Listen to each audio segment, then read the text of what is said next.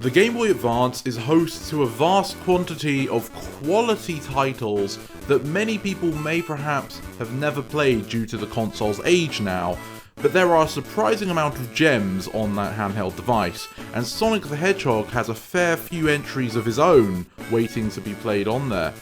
We've looked at Sonic Advance 1 in a video in the past.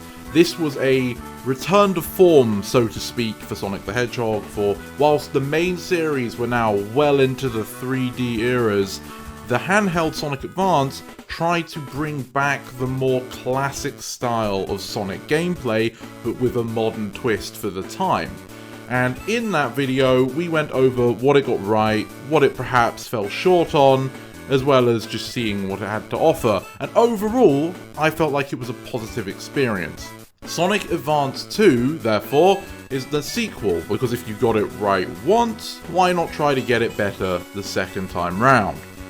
From memory, Sonic Advance 2 has a lot of unique visuals. It's got quite a good collection of zones, but I remember at the time of its release and for a little bit longer in the 2000s, there were criticisms of the level design, something that I think people would go on to call the Dimps syndrome or something like that, where there were perhaps an over-excessive amount of bottomless pits you couldn't really see coming without knowing they were there in the first place.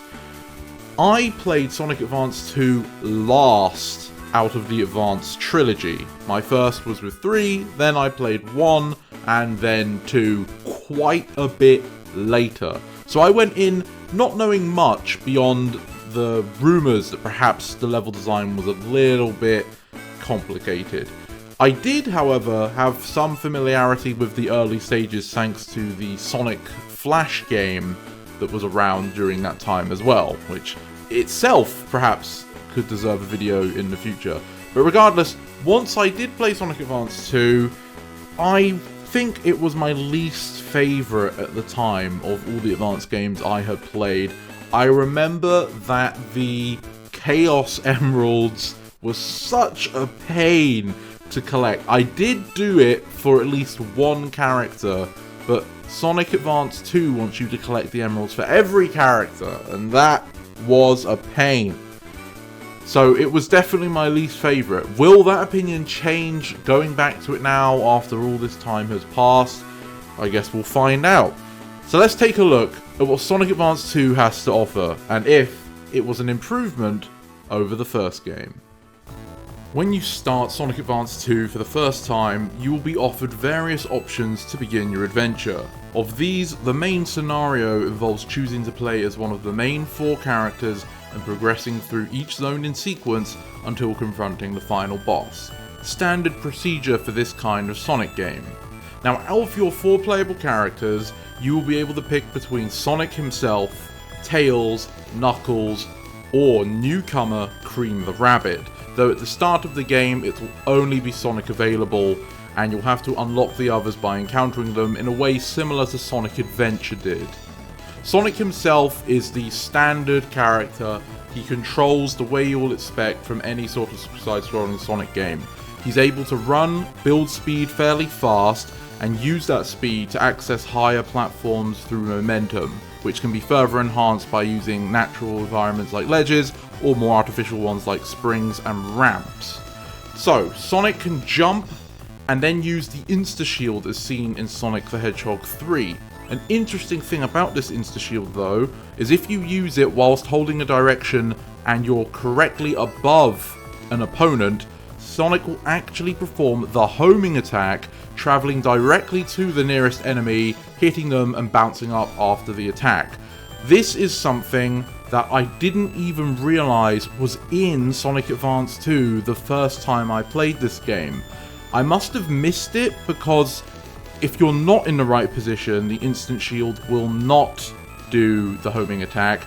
And in this game, Insta-Shield really doesn't do much. I'm not even sure if it increases Sonic's hitbox size, because I tried using it against bosses and it didn't seem to make a difference. So that's probably how I missed it, but it's absolutely there. Also in the air, Sonic can press the down action button to do the bounce bracelet. It's way more stiff though, it doesn't carry any momentum, and you just have to watch the animation play out. So you may wonder what uses it has, and really the main reason Sonic has this move is to break certain platforms so that he can access hidden areas of the level. Additionally, Sonic can use the action button on the ground to perform the roly-poly slide kick, just like he could do in Advance 1. However, this version isn't separated through multiple button presses. You just press the button and he performs the action, so it's been simplified. You may not prefer this, since you could technically cheese certain ramps and momentum with the old version, but really it's not going to make a huge difference to your gameplay. Sonic can also enter a boost state when running at max speed for a small duration, uninterrupted, and this allows the characters to not only go really fast, but if you press the grounded action button, they'll perform a special boost attack that lets you continue moving forward whilst doing damage. Of course, you could always just tap down to allow Sonic to enter a ball, which also will do damage, but the momentum in this advanced game is not completely like the classics. You will still gain momentum in a ball form, especially downhill, but you lose it quite quickly compared to running. So it's advisable to try and stay on your feet as often as you can.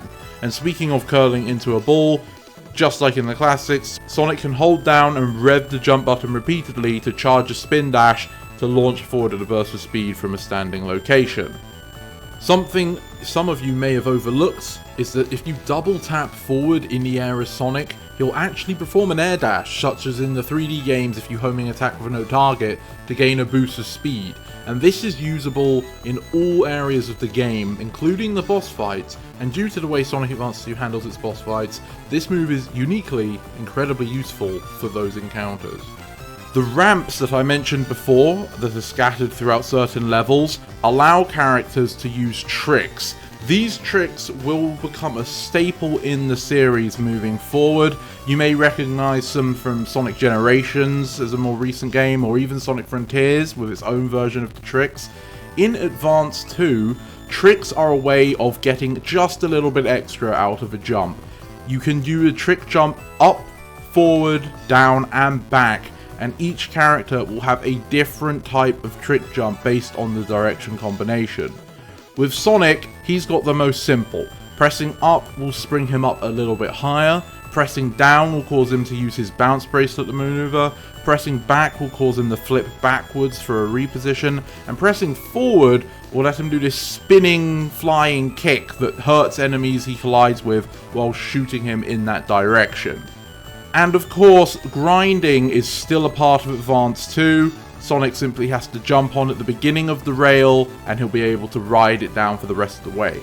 At the end of a rail though, if you time your jump correctly, you're able to do a bigger trick jump off of the rail that takes him further and faster than the regular animation.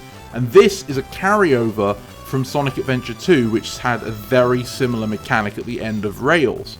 What's interesting to those of you who may be paying attention is there's a lot of adventure DNA in Advance 2. Sonic Advance 1 was this blend of the classic games with a little bit of what was going on in the adventure games at the time. And it's still true here, but there is far more adventure elements added in. For example, if you collide into an item container in this game, the character will automatically activate it and bounce up, just like how in the 3D games, you don't need to jump into an item container for it to open up. The tricking off of a rail and the ramps that let you do tricks are also features from Adventure 2. The bounce bracelet from Adventure 2. There's a fair amount of mechanics and just visual information that are styled after Adventure 2. And I really appreciate that about this game, because it was very clear that the developers here were trying to have a conformity with all aspects of Sonic at this time. They wanted this game to still feel like it was very much part of the same thing as the main 3D games, even though these are two completely different styles of gameplay and two completely different styles of game. They could have easily not included these things and kept it around the same level as Advance 1, but there was a very clear effort there, and that, I think, is worth applauding. Cream the Rabbit, the brand new character, is actually the first character you unlock besides Sonic. The game clearly wants you to give her a try, and there's a very good reason to that we'll go into a little bit later on in the video. But as for how Cream functions on a mechanical level, think of her as an alternative take on Tails. Just like the twin-tailed fox, she can fly by jumping again in the air. Her flying is through the power of her giant ears that you must mash the jump button to continue to flap. She will not fly for that long, but whilst she is in the air, she can actually keep a fair amount of horizontal momentum and travel at fair speeds in the air. So if you plan it just right, you can get a lot more out of her flight than you might think at first due to its shorter duration. Other than that, she can jump like all the other characters can. She's able to roll into a ball and use the spin dash. All the characters in the game enter the boost mode, so she can do that as well. But what makes Cream special is that she has a pet chow called Cheese. And this chow has trained in the art of martial arts, because if you press the attack button when you're on the ground, Cheese will immediately target the nearest hostile entity and destroy it in one punch. This chow is absolutely overpowered. There's no fair way of saying it. Cheese just does the work and Cream takes the credit. Together, I'm sure they've got a nice friendship going on, but it's really unfair from a labour point of view. Regardless, you can not only command Cheese to target something nearby, but if you hold down and activate him, he will instead rotate around Cream to act as this sort of temporary shield. That kind of sucks though. It never actually protected me, and it always missed the enemy I was trying to hit with it if I used it in a combat application, so I don't really recommend it. If you press attack whilst you're boosting, Cheese will do this anyway, and a little bit faster, it's more accurate, so I wouldn't do it on its own. There just doesn't seem to be any worth behind it. If you have Cream order Cheese to attack while she's flying, she will end her flying animation and drop down, able to harm enemies as if it was a regular jump. And this is really useful in Advance 1 and also in this game. Sometimes when you're flying, you know you've missed where you need to go and you just want to get down. But if you enter the winded animation, you have to watch the very slow descent back to the ground. But using Cheese allows Cream to immediately cancel flying and fall back to the ground at a reasonable pace, as well as being able to harm someone beneath her as well. Very useful technique. There's some free advice for you. But yeah, so Cream is sort of a alternate take on Tails, but fits a very similar role from a gameplay point of view. Tails is the third character you'll gain access to, and he plays basically the same as he always has. He can run, jump, fly, and spin dash, and then just like in Advance 1, the attack button allows him to tail swipe. He doesn't have any other unique or special maneuvers he can do on the ground or in the air beyond these, so he's a very simple character. His flight, in contrast with Cream's, is slower. He loses a lot of speed and doesn't gain it back when he enters fly, but he can fly for longer, which means he's able to go higher up than Cream. Also, since his flight involves spinning his tails like razor blades, he will harm things that come into contact with his spinning tails, whereas Cream does not attack anything during flight. So he can be a little bit more active, though most of the time when you're in the air you're getting attacked from below, and so this doesn't take effect. Usually, Sonic is the character with the smallest toolkit when it comes to classic style games, so it's rather interesting that Advance 2 took steps to make him have a more diverse moveset, and Tails now is the one with the least going on, but it doesn't hit him as bad, because again, if you want to have an easier time you typically pick Tails since he can fly. He may not be quick, but he is simpler to play, and I think that's a very interesting way on balancing out the character roster. Just like with everybody else, he can still enter the boost mode, and he can still use grind rails. If he uses the trick ramp, his upwards tricks go further than Sonic's do, and his horizontal move actually keeps him going high as well, but it doesn't harm enemies he comes into contact with, so it's a bit riskier to use. Last but not least, Knuckles the Echidna. In this game, aside from running and jumping, he still has access to the spin dash. His attack button will cause him to do a double punch. In Advance 1, this was a punch, and an uppercut, but here he will always do 2 punches and you cannot interrupt them once they start, which kind of makes it worse overall, since a lot of the times you only need the 1 punch, but now you're locked into an animation to perform 2. Not 100% sure why they did this, but that's the way it is. Aside from that, Knuckles can glide, and if he touches a vertical surface, he'll be able to climb up and down or just jump off the fall off. In the air, if you press the down attack, he will also perform the drill dive from the adventure games, where he'll spiral towards the ground, and whilst you cannot dig, just like Sonic's bounce bracelet, if there's a breakable surface, he can bust through, making him and Sonic the only 2 characters able to access the walled off areas in the game. Knuckles is very simple, just like Tails, though a little bit harder since his flight doesn't go up, and his combat maneuvers have gotten reduced. However, where he differs from Tails a lot is in those trick actions. His upwards trick move does a flaming uppercut that has almost no horizontal movement, but goes the highest out of all the playable characters. Likewise, his forward trick action will cause him to do a gliding charge that hurts anything in front of him, goes quite fast, goes quite far, and when he touches the ground, he will always roll into a ball, which can be a problem depending on where you land. Compared to its predecessor, Sonic Advance 2 is incredibly speed focused. This game is all about going fast, and it's emphasized by the boost state that was introduced in Advance 2. The after images, the new attacks, and the fact that it can cause the screen to stretch trying to keep up to the character like it would in Sonic 3 are all indicators of this design. The levels themselves tend to have many opportunities to go fast, and there are some places where if you're not going quick enough, you won't be able to progress into the next area.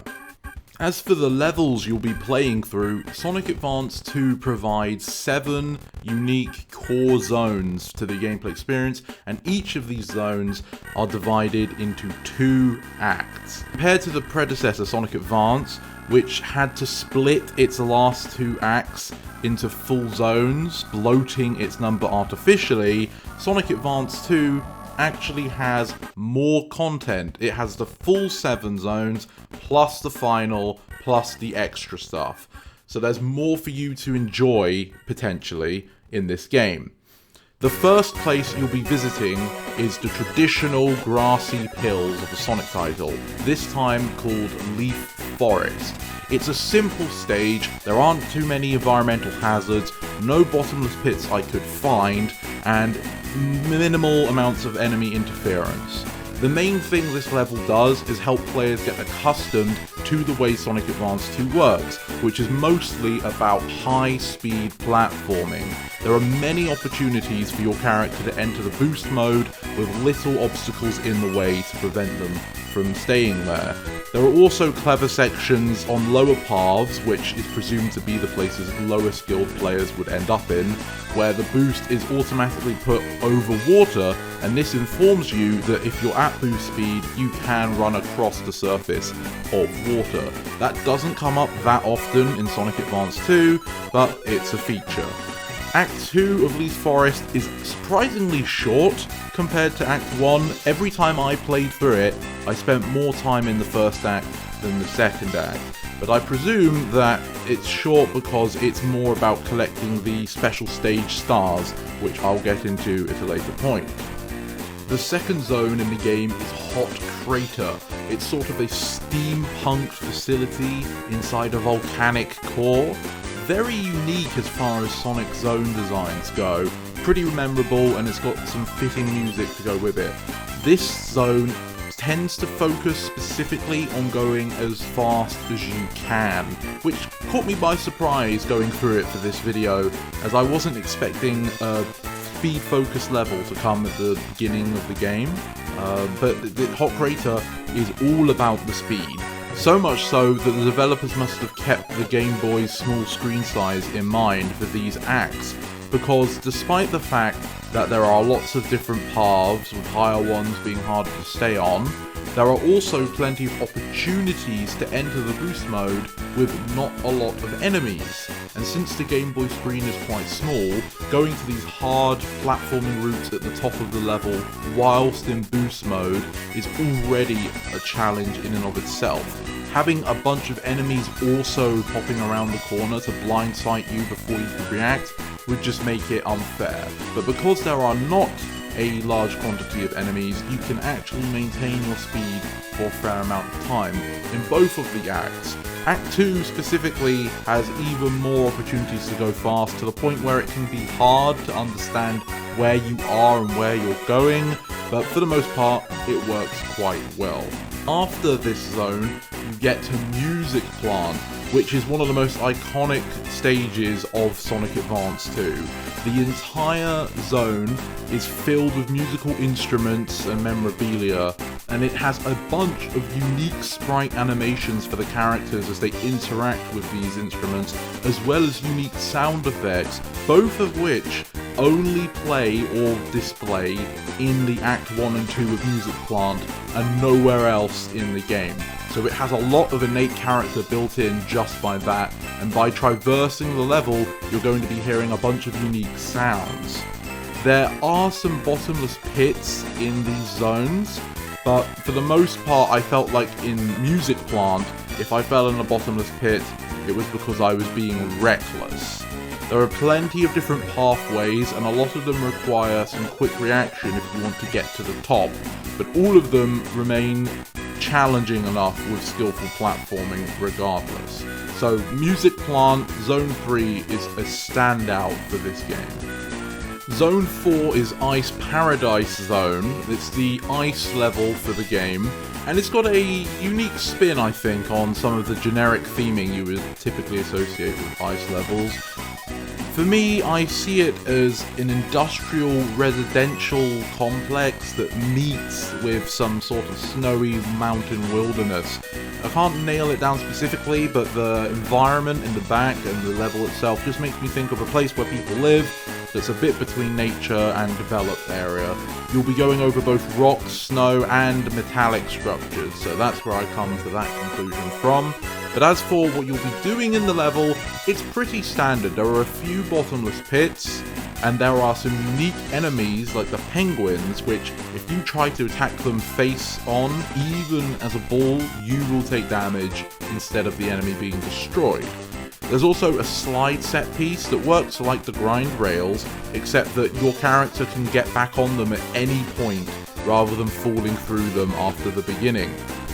The second act works a lot like the first, but there are just more paths with difficult transitions to swap between them. Other than that though, this zone is relatively consistent. Sky Canyon Zone, on the other hand, is a completely different story. Fifth zone in the game, and I'll give it that it can be visually impressive.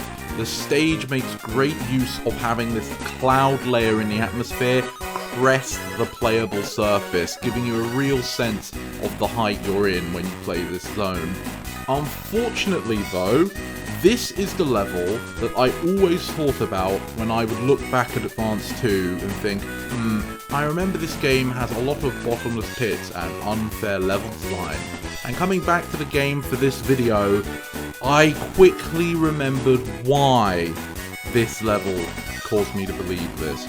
The first rail in the act kills you if you successfully trick off of it, and many parts of the levels want you to perform a U-turn or a 180 turn, or you will die, which is hard when you're going at boost speed, which this level gives you quite a bit. Aside from Hot Crater, so far in the playthrough, Sky Canyon gives you the most boosting opportunities, and a lot of them are forced due to a wind mechanic they've got. Yet this is also the level where they put bottomless pits everywhere and expect you to turn around on a dime or die. The issue where you get killed if you trick off of the grind rail that I was talking about also seems to be uniquely a Sonic issue, because he's the only character that can do an enhanced jump off the end of a rail, and the developers just didn't account for that. Doing that jump gets Sonic killed. There was some very severe undersight when it came to planning this zone, but I also think it was just supposed to be a difficulty spike, an unearned difficulty spike. When you look at Act 2, right from the start, the game will kill you just for playing normally with a sudden bottomless pit after a booster, which is made worse by a rising spike that will appear on the ledge you need to reach if you wish to avoid death. And if you've never played it before, you won't know that rising spike's there. You won't even know if the bottomless pit is there, so you're probably going to die either way. But then when you make the jump, you've got a 50-50 chance of just getting hit by the spike and still falling to your death. A very cheap design, and I think the whole zone is unfortunately brought down by the fact that they try to get so many unearned kills that rely on the player not knowing what comes up next and being in boost mode because the level puts you into boost mode. After that disappointment, we have Zone 6 Techno Bass. This has another standout theme of a cyberspace sort of level, which at the point of this game's release wasn't done too often in Sonic the Hedgehog, so it really was a unique set piece. Things like spikes flicker in and out as they're holograms, some of the enemies can phase out of your attack range and then come back to hit you. It's a pretty interesting stage, not as unique as the music plant, you don't have any different animations or things like that, but it's still fairly unique.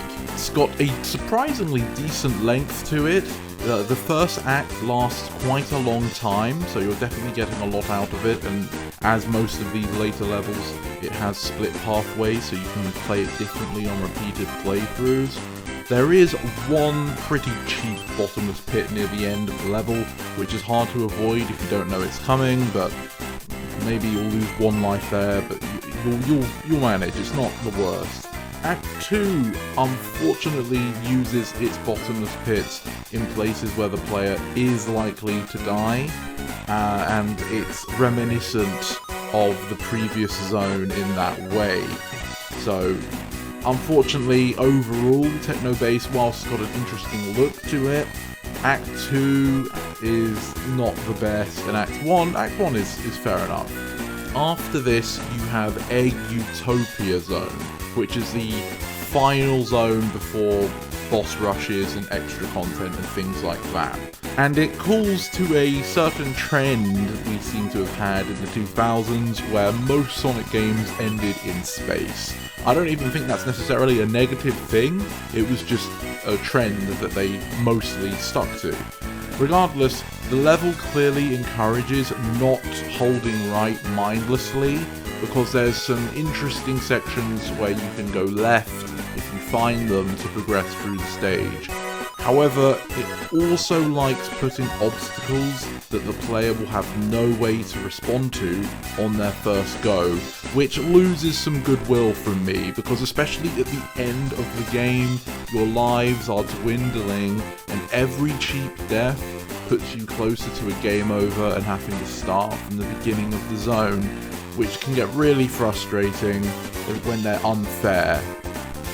Act 2 doesn't have anything majorly offensive about it, and it's a pretty good way to conclude the standard experience. There are some annoying set pieces in Egg Utopia.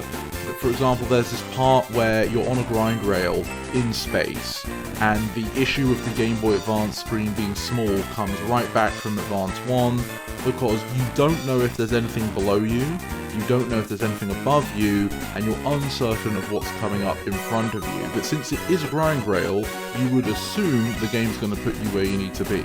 But every time I jumped off the rail as usual and held right, I would just fall to my death. The only ways I managed to avoid it were by taking a higher path that ignored the set piece I'm talking about, or by using a character that could fly and glide when I jump off the rail and just hope I find something, which I tended to do. But if I just tried to legitimately jump off that rail, I died every time. Of course, zones do not just provide you the opportunity to blast through their acts, but they're each concluded with a boss battle.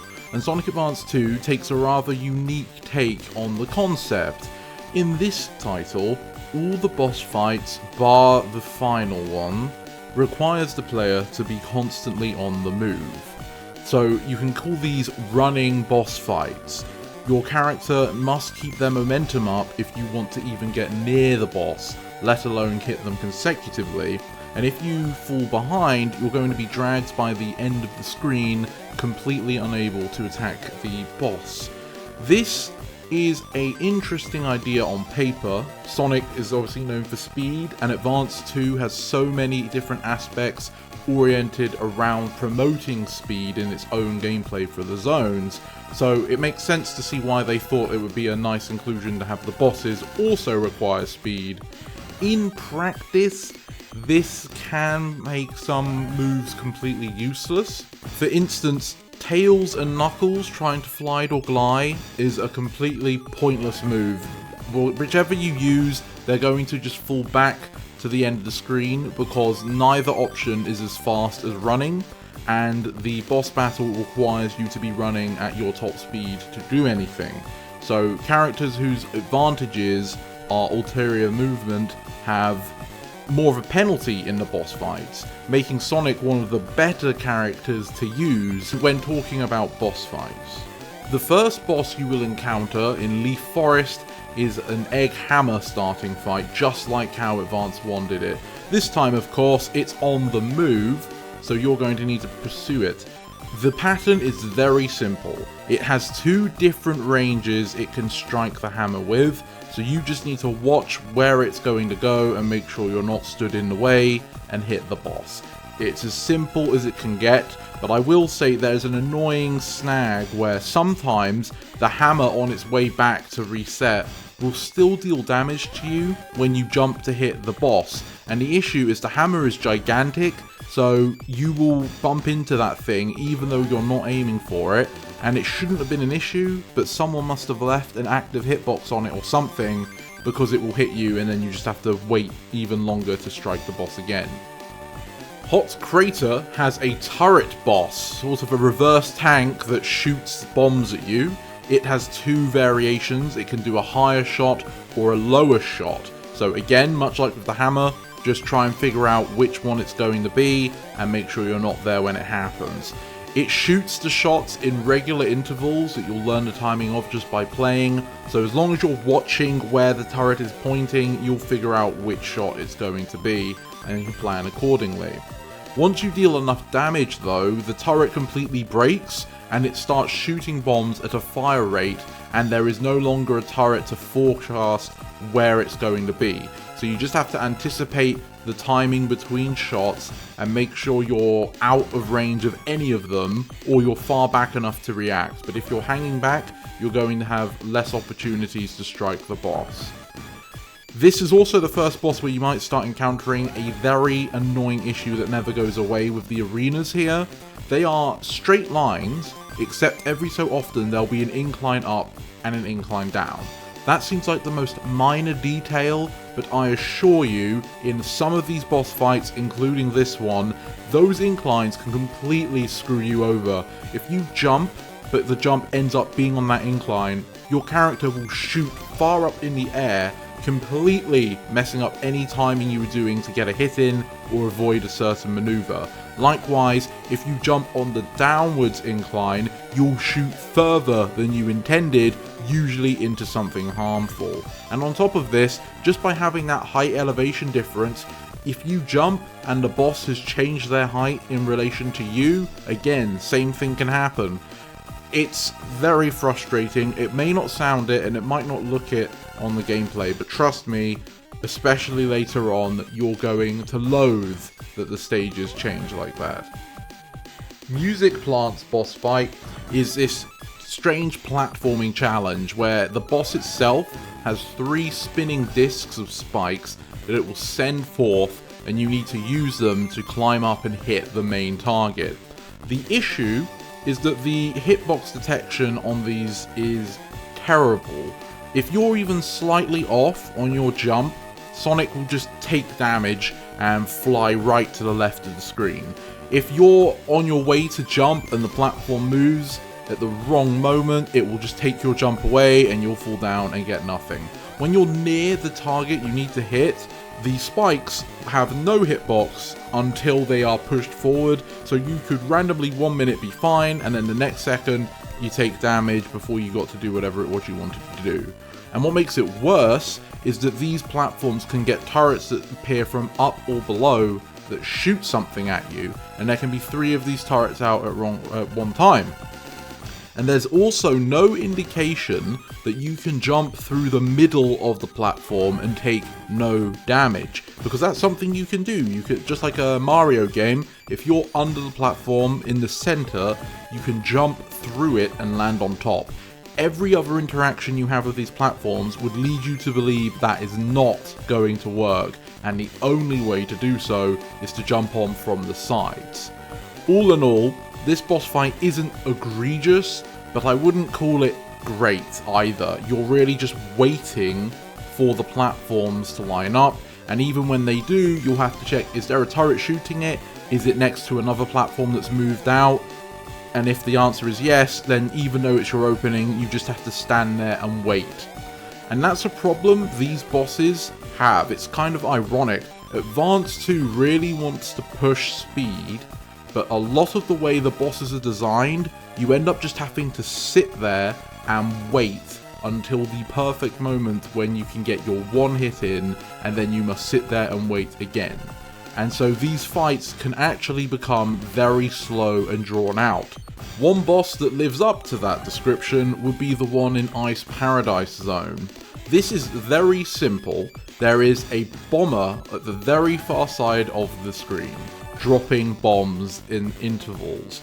You need to avoid the explosions and get one of these strange pads flying behind the boss, and if you can jump into it when it's active, you will be able to hit the boss. The pad is not always active though, so if you jump and it's deactive, you will just pass through it as if nothing happened. And those bombs have a humongous hitbox. Even the most tiny specks of dirt count as the attack. So if you're anywhere but the very back of the screen, when that bomb goes off and you're on the ground, you will take damage and be flung back to the start again. And that will get even more frustrating once you've done half the damage, because the bombs start dropping even quicker.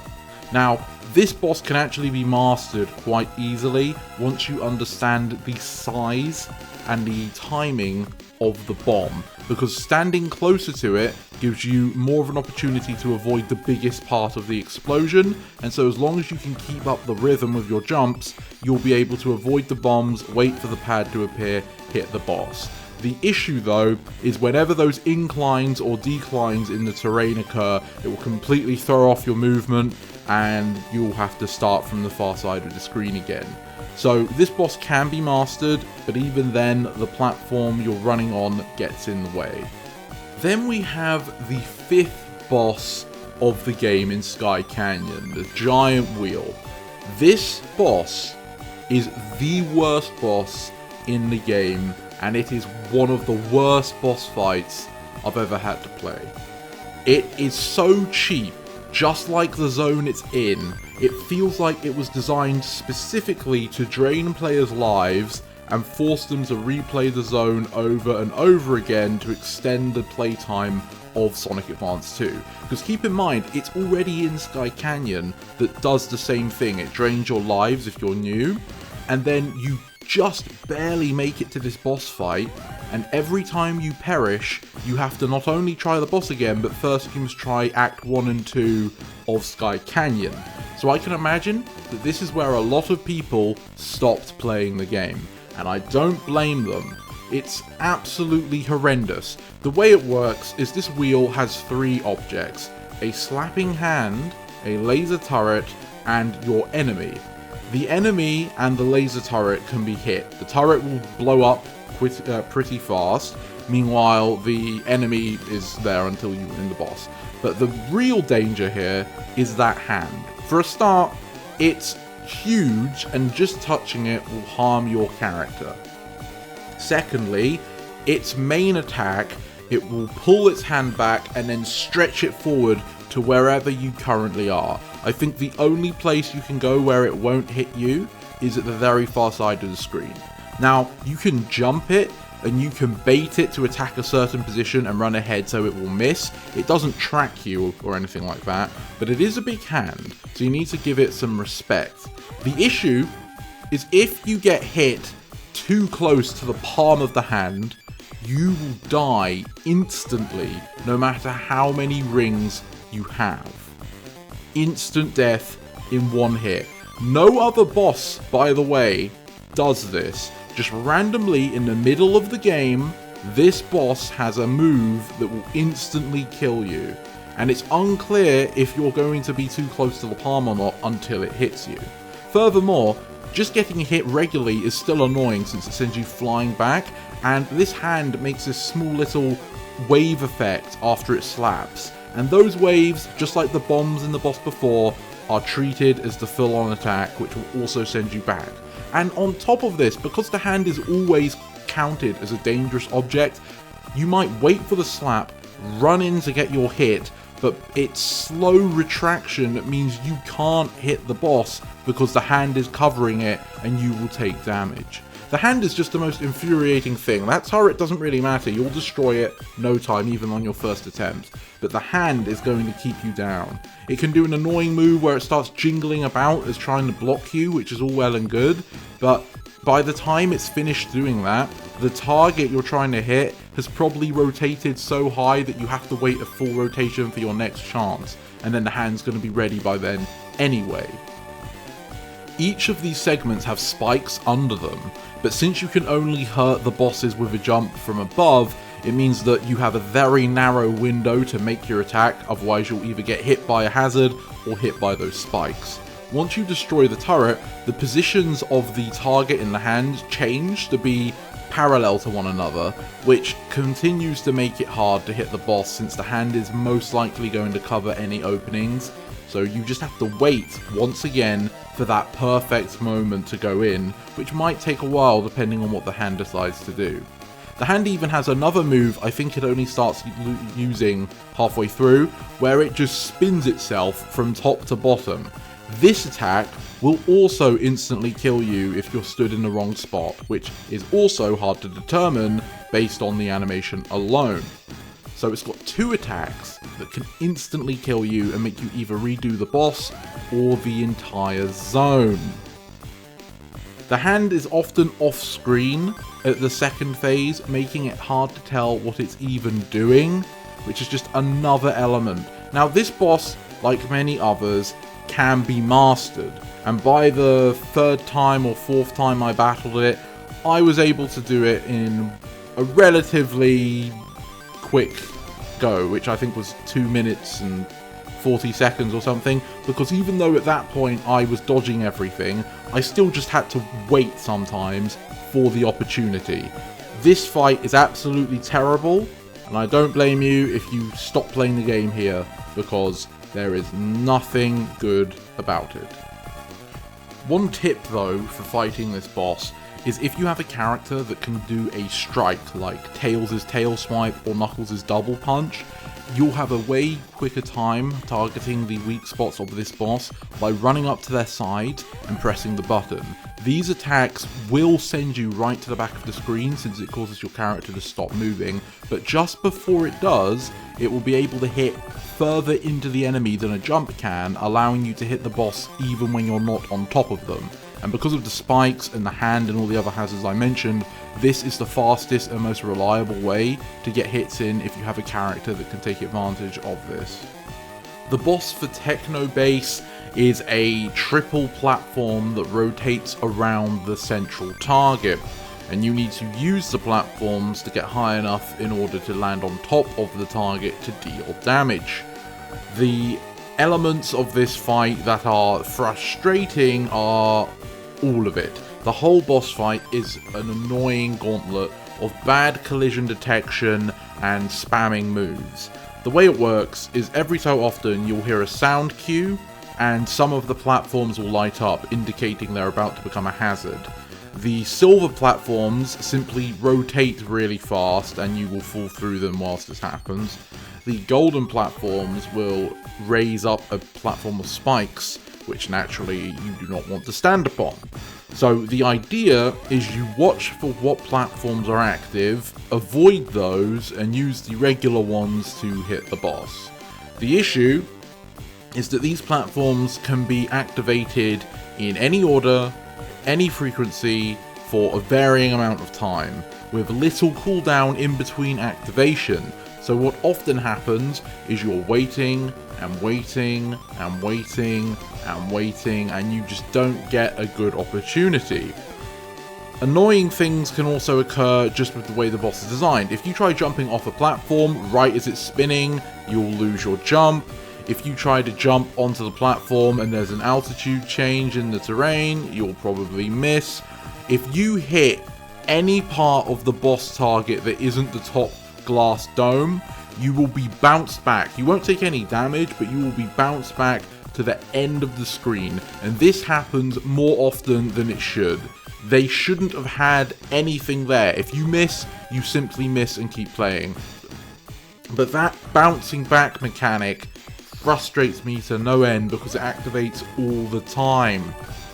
And if that wasn't enough, the boss can also shoot triple shots of lasers towards your position, and when you combine this with the way the level can dip down and dip up, and how the platforms most of the time are going to be unavailable to you, they're surprisingly hard to avoid, not the least of which because they blend in with all the lights of the techno background so well you might not even see them coming. This whole fight is a slow, tedious gauntlet. When you get it past half health, it switches the rotation around, meaning that you're going to need to have to run to the other side of the boss if you want to hit it with any sort of frequency. This is one of the worst bosses in the game, and it's only saved by the fact that it comes after the hand slap boss, which is probably the worst boss in the game. And last but not least, for the regular bosses, is the Egg Utopia zones conclusion, where you fight this skating boss spider thing.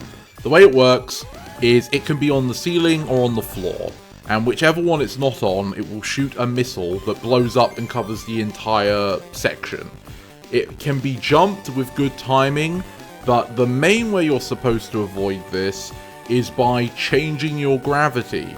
In Egg Utopia Zone Acts 1 and 2, there are certain panels seen from Sonic Adventure 2, where if Sonic runs past them, gravity will swap. That was automatic in the level, but here in the boss fight, you manually activate this by holding up or down.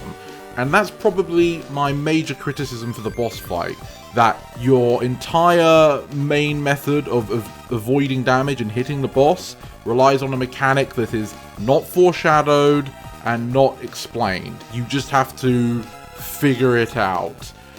And I wouldn't blame you if that did not occur. Once you understand this, this is probably the best boss fight in the game. It keeps that sense of speed that the other fights were aiming for, but since you have agency this time, it actually feels that you're in control. You can hit this boss quite often if you master the art of changing gravity before you touch the ground multiple times. You'll be ping-ponging left and right on top of this guy, and he'll be dead in no time. And avoiding the moves with that mechanic also feels nice. It's definitely the best of the first 7 zones, for sure, no question about it. Once all the bosses and all of the acts have been cleared, one final challenge still remains in the XX zone. Taking place in space, this zone is actually just a boss rush, where you will need to defeat in sequence every boss that had came before. Now, it's not as difficult as it may initially sound, because each boss will only have half the health they usually did.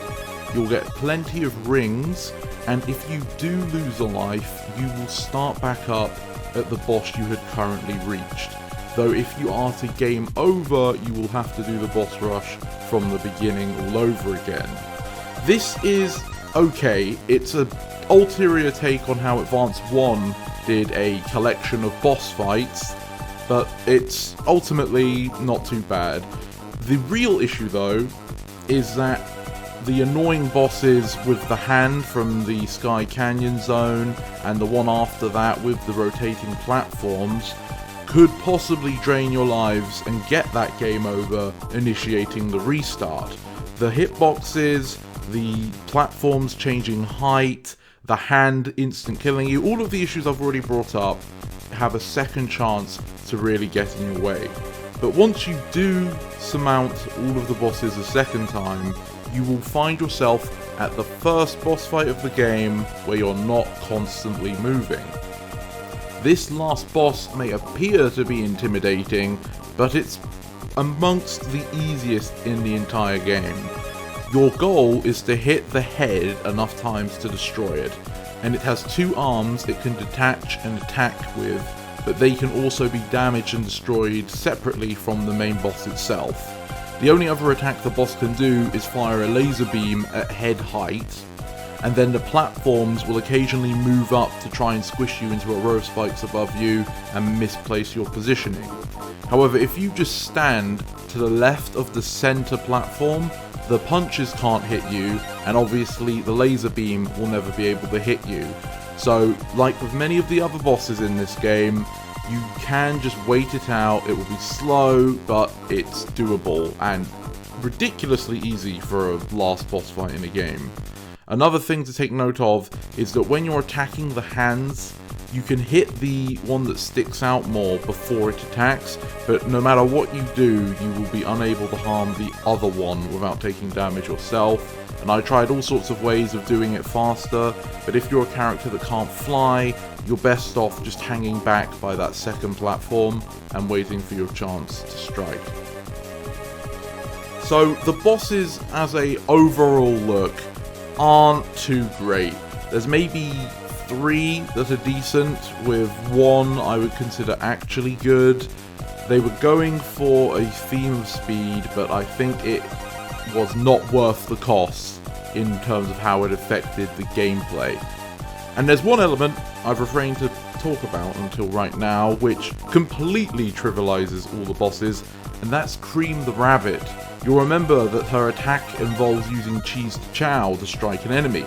Well, it turns out this is still true in boss fights, so while someone like Tails loses his unique flight ability since it will not work, Cream and Cheese can just hammer away at all of the bosses, and for most of them you can stand in a position where they can never harm you, but you can hit them. And none of the bosses can put up a fight, not even the final boss.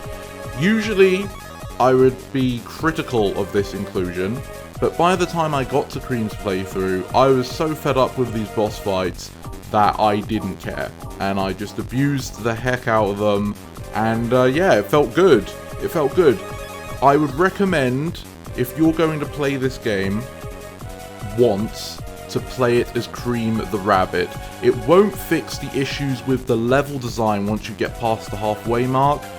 She can fly, which can help avoid some of them, but other areas where it's something, if you don't know it's there, you're going to fall for it, obviously Cream won't help. But especially with the bosses, where I think most of them are just terribly designed to begin with, I see no issue in just bypassing them with Cream and Cheese.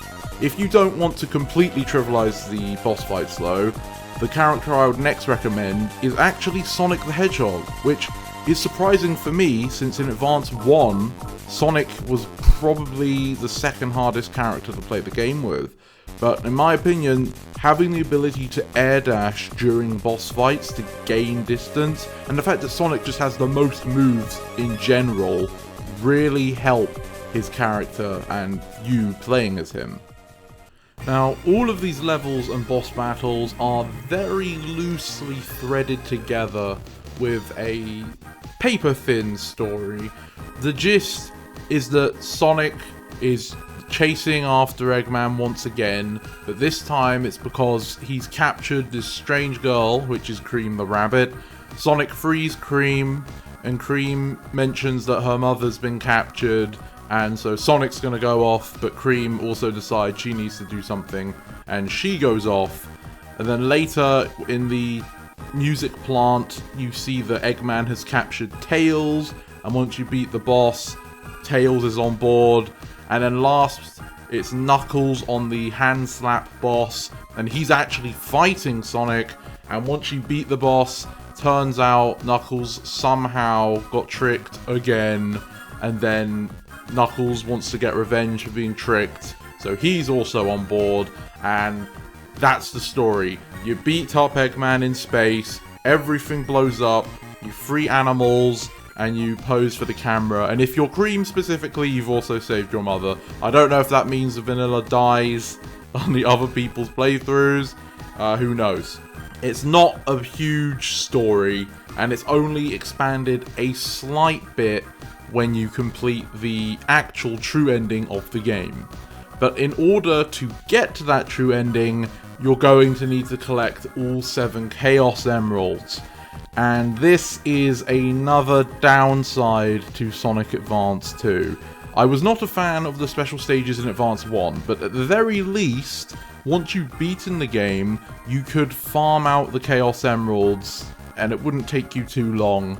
Although the act of collecting rings during the special stage itself was always a pain. Here in Advance 2, you need to collect 7 star rings on the level. It can be Act 1 or 2 of a zone, it doesn't matter. And when you finish the level with all 7, which you will lose if you die at any point, you can unlock the special zone. In this special zone, it's a 3D-esque square that you're running across with rings, multipliers, springs, and dash panels. And the 2 hazards are the timer and Zero, the E-Series robot from Sonic Adventure. Why is he here? I don't know, but it was a surprising callback when I first played the game. And yeah, it's a nice inclusion, another thematic tie-in, even though it's not really explained. The goal of these special stages is to collect the ring total displayed above before the time runs out. And on the later levels, you're definitely going to need to get the multiplier bonus to reach this. The multiplier bonus is as you start stacking up rings and the 5 rings and all of the collectibles in quick succession, you'll start gaining a progressively increasing multiplier on your ring count. But after a short amount of time passes without grabbing any rings, it resets to 0. This can be really annoying because the entire level is trying to emulate a 3D space on the Game Boy Advance, so the render distance, just like with the snowboard in Advance 1, is terrible. You can't really see where things are, and even when they just enter view, they're distorted and pixelated, and it doesn't accurately represent where they will be when you get there, making lining up your positioning an absolute pain. And every time you turn for too long, your character will slow down. So long as you are able to avoid 0 though, you'll complete the stage once the timer runs out, and you'll be rewarded a Chaos Emerald with surprisingly little fanfare. It just sort of appears, and that's that. How does this compare to Advance 1 special stages? Well, I'm going to say they're better, but the bar was incredibly low. Collecting the rings is at least more natural in Advance 2 stage. You can have a better estimate of where your character is compared to in Advance 1's Falling Pipe, where it just felt like a guess. But at the same time, accessing these special stages is a lot worse. In Advance 1, you just had to find the springs, whereas in this game you need to not only collect 7 star rings, but then get to the end of the level. So on that regard, they are worse trying to access them. Overall, I'm unclear which one it would be. Neither one is a good time. Just like how I said in Advance 1, I really wouldn't recommend collecting the Chaos Emeralds in Advance 2. And what makes this even worse is in Advance 2, your Chaos Emeralds are only tracked per character, whereas in Advance 1, everybody shared them. So that means if you collect all 7 emeralds as Tails, only Tails will have all 7 emeralds. And the problem is, the final zone is only accessible with Sonic the Hedgehog.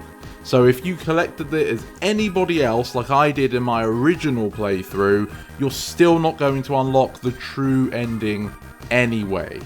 This decision, a lot like some of the level designs in Zone 5 and beyond, was clearly made to pad out the game time and force you to play it for longer and longer, even though it's going to make you despise the game instead of just having a short good time with it. If you do go out of your way to gather all the Chaos Emeralds and return once more to that final zone, then the true ending will open its way to you. Cream's mother peacefully enjoying her newfound freedom, only to be vacuumed by a camouflaged Eggman machine which flies off. The playable roster gather and mope about in the loss of Vanilla once again, and Sonic, using the power of the Chaos Emeralds, transforms into his super form and flies off to save the day, bringing us to the true final boss fight in space. Now, the final fight on the moon in Advance 1, I was not a fan of. I felt like it was repetitive, it was poorly designed, and you couldn't really influence the fight that much. This battle takes inspiration from Doomsday Zone in Sonic 3, where you need to hit missiles the boss shoots back at it as Supersonic as your only method of dealing damage. Now, the arena here is this large square that you can float around as you wish, and the boss will mostly hang around in the top right. Some issues already make themselves apparent with the screen size limitations. The rings that appear are in set patterns, so if you memorize the patterns, you'll have a good idea of where they're going to show up. But the problem is that the screen can only show so much of the battlefield at one time, and since you're in the void of space with a bunch of lights going off, it's going to be really easy for you to miss rings even when you have a good idea of the pattern they spawn in, which obviously if you run out of rings is going to result in your death. Every time the boss hits you with something and you spiral back to the left side like with all the other fights in this game, you don't collect rings if you pass over them, even though in normal gameplay you can collect rings in the damaged state. Here, if you're damaged, you won't collect rings until Sonic recomposes himself. So you may not notice that at first and wonder why you're not collecting as many rings as you should be. That's why. If you're hurt, you won't pick up anything. The boss doesn't have a large variety of moves. It can shoot a spray of lasers at you, it can shoot a wave of lasers at you, it can shoot 3 missiles a go towards you, and then it has this ice laser thing where if you're hit by it, you'll be vacuumed up by the boss and it will take, I think, about 9 rings off of you. Now, you don't need to be frozen to be vacuumed by the boss, but if you do get frozen, it's a guaranteed vacuum.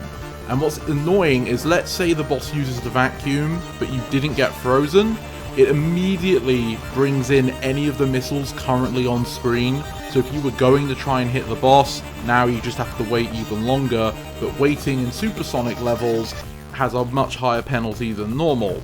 And so unfortunately, once again, even the final fight of Advance 2 boils down to a lot of waiting and hoping the RNG lines up. Now you can help yourself by positioning Sonic near the top center of the screen, so that when the missiles spawn, if you just boost as soon as you see them, you have a high chance of hitting Eggman's cockpit, which is the only spot that deals damage. But that might miss, and when the missiles start flying around all over the screen, your chances of landing a hit drop significantly. The diagonal boosting is supposed to help reposition the missiles, but since you're playing this on a Game Boy with those arrow keys, getting the consistent diagonal movement to come out is not as nice as an analog stick. So sometimes you will think you're going to do one thing, but Sonic will do something else, which, as always, is frustrating. The only part of this boss that changes when you deal enough damage is that instead of relying on the ice beam, it will start spinning around and flailing its body about at you to stun lock you, basically. But as long as you know it's coming, you can avoid it. The real issue here is just keeping enough rings to wait out the boss's patterns until you have a chance to hit. The bullet spam on this boss means that even when you have an opportunity, sometimes you won't actually be able to take it. In a strange way, this fight is a little bit similar to the end in Sonic Frontiers, except that you're actually playing as Super Sonic, so I guess it's better in that regard. But as for how it compares to the Moon fight in Advance 1, again, just like with the special stages, we are comparing two different bottoms of the barrel here. I can't confidently say which one is better than the other, although I want to say that this one is slightly better off. Again, it's not by much. You're really not missing out anything by ignoring this boss fight. Once you do defeat it, Super Sonic tries to save the capsule Vanilla is in on their trajectory towards Earth. It breaks open, he loses his super state somehow, and then he just grabs Vanilla's hand and it's all okay. Everyone celebrates. Sonic runs off. Congratulations, you beat the game. Do not bother with the Chaos Emeralds. If you do feel like causing yourself suffering, then collecting Chaos Emeralds multiple times, the full set of 7, does unlock additional content. You get things such as the sound test mode, and perhaps the most attractive option is unlocking a 5th playable character, Amy Rose. And for me, Amy unfortunately is a bit of a letdown in this game. In Advance 1, she had her own unique playstyle, partially based on Adventure 1, to keep her feeling unique amongst the cast of characters. Here, she is mostly a clone of Sonic, but with less options. When she jumps, she does so in a ball. And yes, you can press the jump button again to do a hammer swing that ends your spinning, which puts you at greater risk of harm, but you don't need to do that. You can just jump once and you're a ball like everybody else.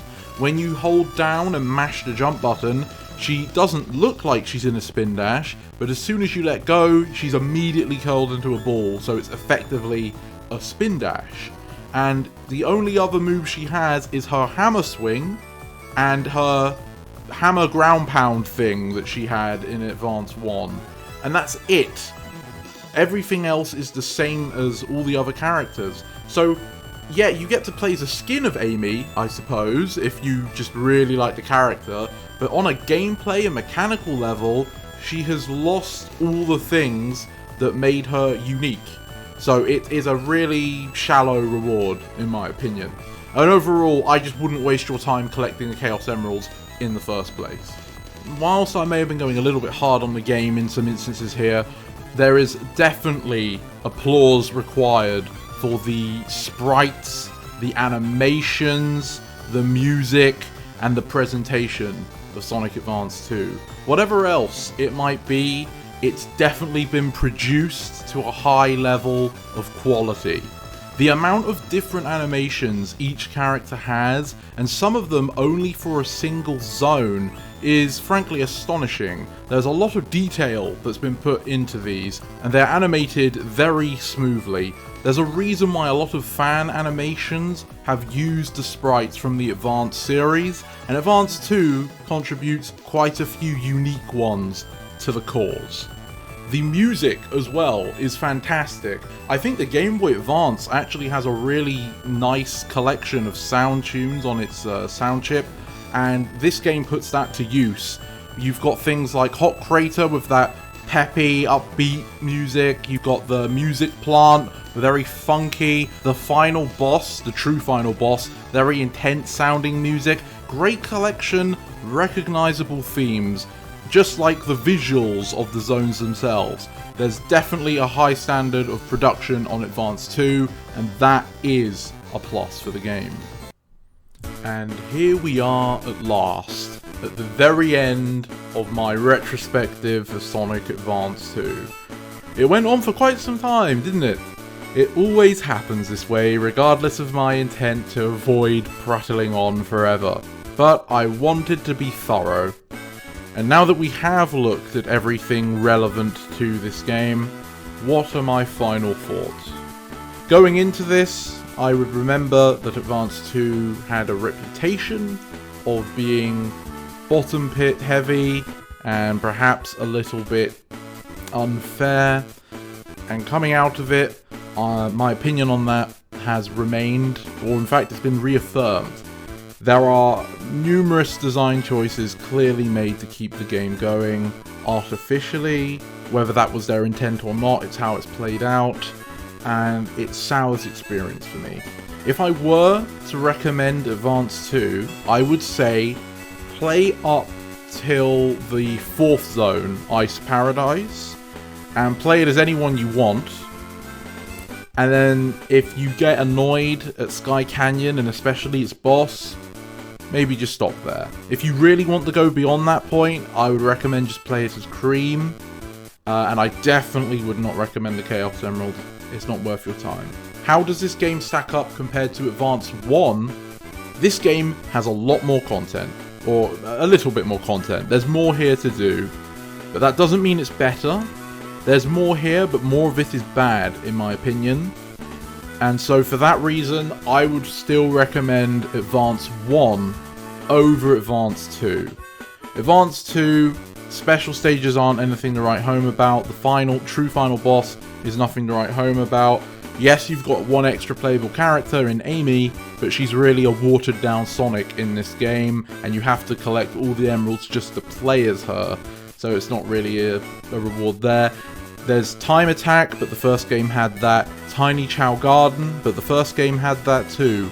And while some of the levels, like Music Factory or Plant, is a nice one, the first game had some memorable levels. Egg Rocket, going from the surface of the planet and watching as you would actually rise to space throughout the level in Advance 1, is a very memorable stage. So it's not like you're missing out on cool set pieces if you play Advance 1. Overall, I just think Advance 1 was more consistent. It had some highs and lows, but it stayed consistent most of the way. Whereas Advance 2 has a couple highs, but way more lows, which reach to further depths than the lows of Advance 1 did. And it's just got a bloated feel to it. So overall, Advance 2, I would not recommend over Advance 1. Thank you for watching this video all the way to the end. I know it was a big one, but as I said, I wanted to cover it all, make sure I got it right. If there's anything you think I've missed, or perhaps I was unfair on the game for, let me know in the comments down below. I hope you have a great day, and to see you next time. This is the Mighty Emperor, signing off.